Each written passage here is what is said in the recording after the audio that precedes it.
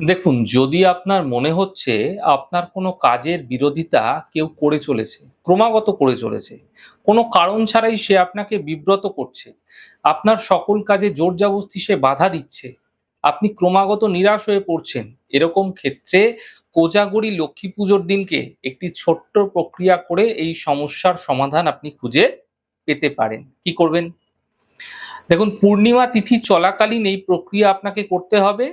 ১১টি লক্ষ্মী কড়ি একটি কালো কাপড়ের মধ্যে মুড়ে নেবেন এবং তার মধ্যে একটি সাদা কাগজে কালো কালি দ্বারা সেই ব্যক্তির নাম লিখে সেই কালো কাপড়ের মধ্যে মুড়ে একটি ছোট্ট পুঁটলি তৈরি করুন প্রথমে।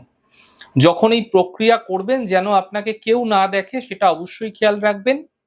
এরপর এই পুঁটলিটি কোনো বটবৃক্ষের গোড়ায় গর্ত খুঁড়ে পুঁতে দিন। ভীষণ গোপনীয়তার সঙ্গে এই সহজ প্রক্রিয়াটি করতে হবে আপনাকে। যেই সময় প্রক্রিয়াগুলো করবেন কেউ যেন গুণাক্ষরেও টের না পায়, এবং মনে মনে আপনি আপনার যে প্রার্থনা আছে সেটা অবশ্যই জানাবেন। বেশ কিছুদিন পর থেকেই দেখতে পাবেন যে ব্যক্তি আপনার সকল কাজে বাধা দিচ্ছিল, আপনাকে বিব্রত করছিল, জোর জবরদস্তি করছিল, ওই ব্যক্তি আপনার কাজে আর বাধা দেবে না।